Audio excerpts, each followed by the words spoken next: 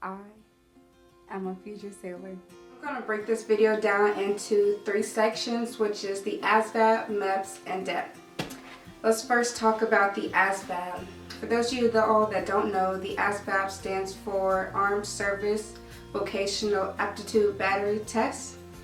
It consists of 10 sections, and out of those 10 sections, 4 of those sections are counted towards your AFQT score. Now the AFQT score is what determines if you get into which branch. Like for the Navy, for an example, they say that you have to have a 50 or above on your AFQT score, or close to a 50, so you'd be like a 45, which I scored a 45 and I still qualified for the Navy. And the other sections, 6 sections of the ASVAB, consist of what your job may be. You can take the ASVAB up to 4 times at the max, I believe. I'm not too sure. I only took the ASVAB twice. Once at a college and the other time was at MEPS. Going into MEPS. MEPS is the military entry or entrance process.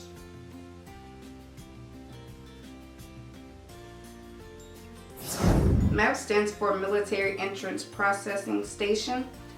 And basically at MEPS, what you do is you'll go through medical stuff. You can take your ASVAB there, and it's other stuff, but I only took my ASVAB there and got my medical processing done. Everybody experiences different with this. Some people say the military people there yell at you, others say they're nice. My people were pretty nice to me, except for the morning time. We had to wake up at least like 4:30 to get out of the hotel to go to the MEPS Center. The MEPS Center was only about less than a 15-minute drive from where we were staying that night before. And when you get to MEPS, you basically be prepared to have a long day ahead of you if you have to do medical there. And basically I say that because you get to MEPS about 5:30, 5 or 5:30 in the morning, and I did not leave that building to at least 5 the afternoon.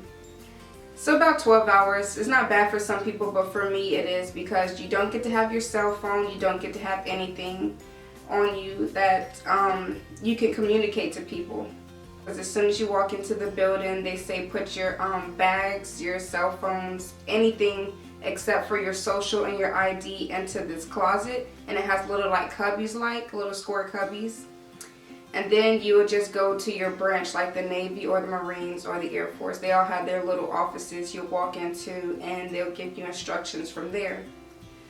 For the medical part, if you're going to MEPS, the medical, yeah, you will have to go there, report to the medical room. For me, it was the first time. It was like desks lined up like it was a classroom, and the doctor or nurse came in there and he was talking extremely fast, because I guess he wanted to get everybody done really quickly, and he was used to the process, but it was all new for everyone in the room.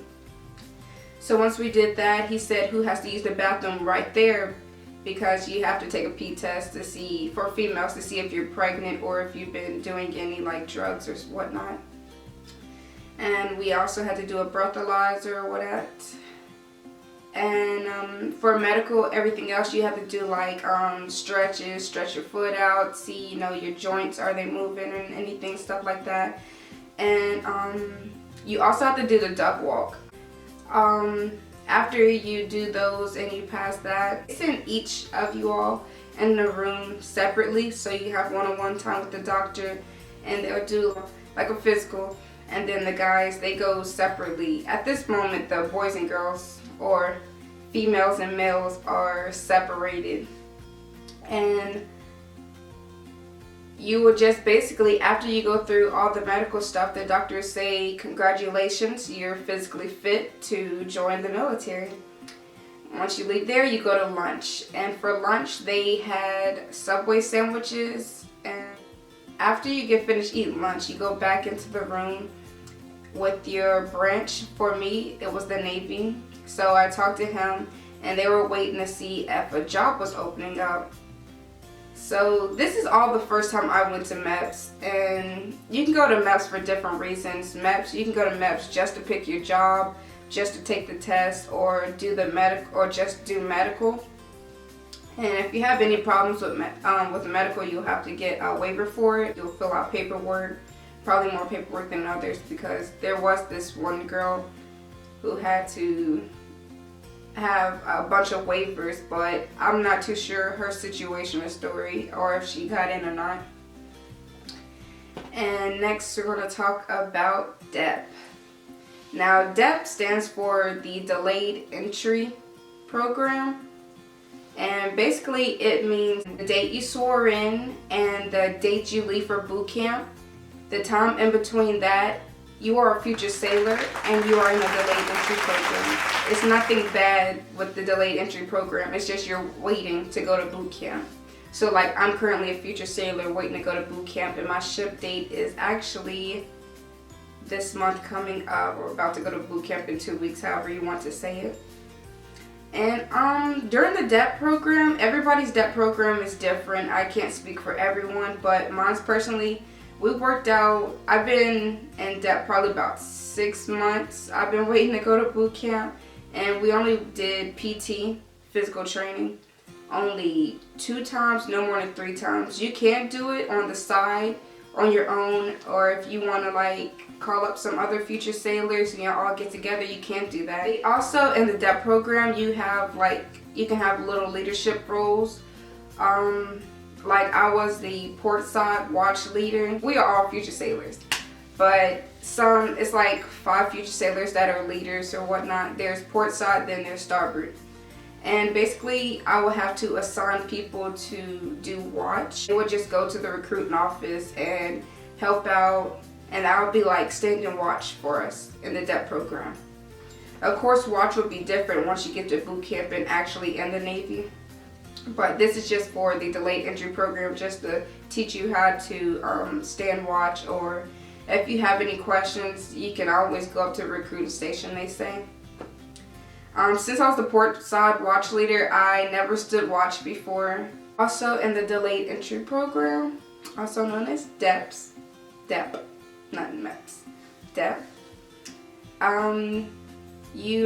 They say you could have the opportunity to learn your handbook, start guide book, which they give you at MEPS once you soar in.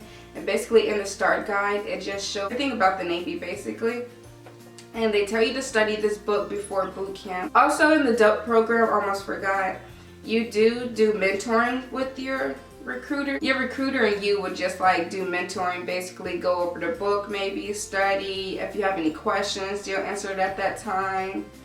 Just basically everything a mentor would do. So I hope this video helped any of you all. If you have any questions, please comment below and I'll try to answer them. Thank you for watching.